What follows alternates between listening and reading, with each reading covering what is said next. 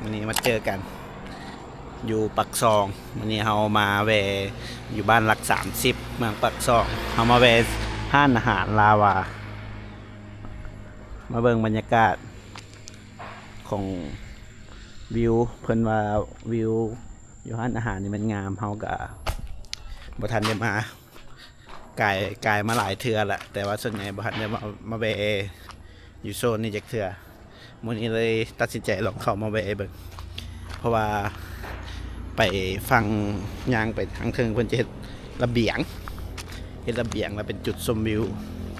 เดี๋ยวพาย่างเข้าไปเบิ่งกับบรรยากาศอันนี้ก็เป็นสภาพภายในห้างนำจะเป็นห้างอาหารนำห้างคาเฟ่เพิ่นอาจจะเฮ็ดเป็นอันนี้อาจจะเป็นบ้านพักแต่ว่าเฮาย่างมาถึงทางบ่เดี๋ยวต้องย่างเรื่องพี่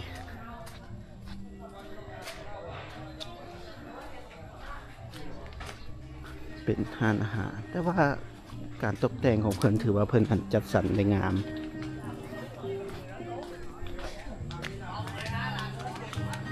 โอ้อันนี้จะเป็นโซนห้างอาหารโอ้งามแต่ว่า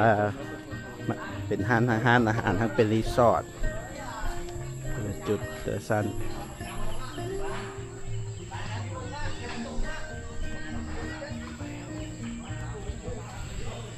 เขากำลังย่าง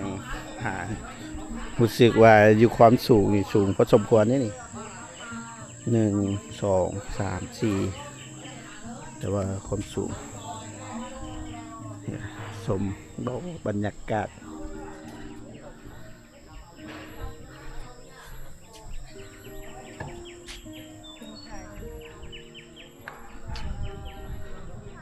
โซนจุดชมวิว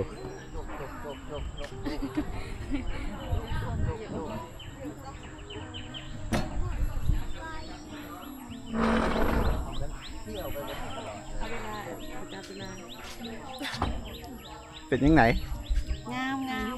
งามแหงวะอันนี้ก็เป็นสภาพนี่ก็เป็นสภาพภายในห้างอาหารแต่ว่าจุดนี้เป็นจุดที่หลายคนมาชมวิวจิบกาแฟ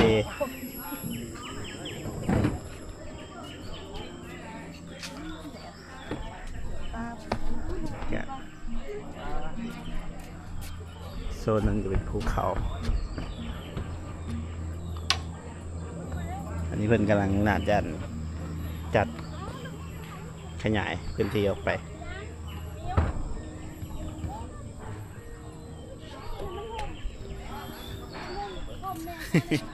ตอนนี้แดดออก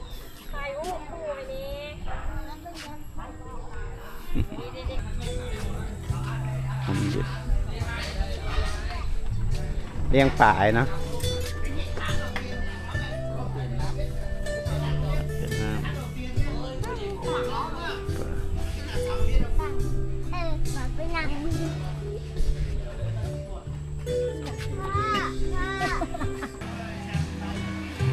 ภาพภายในห้าง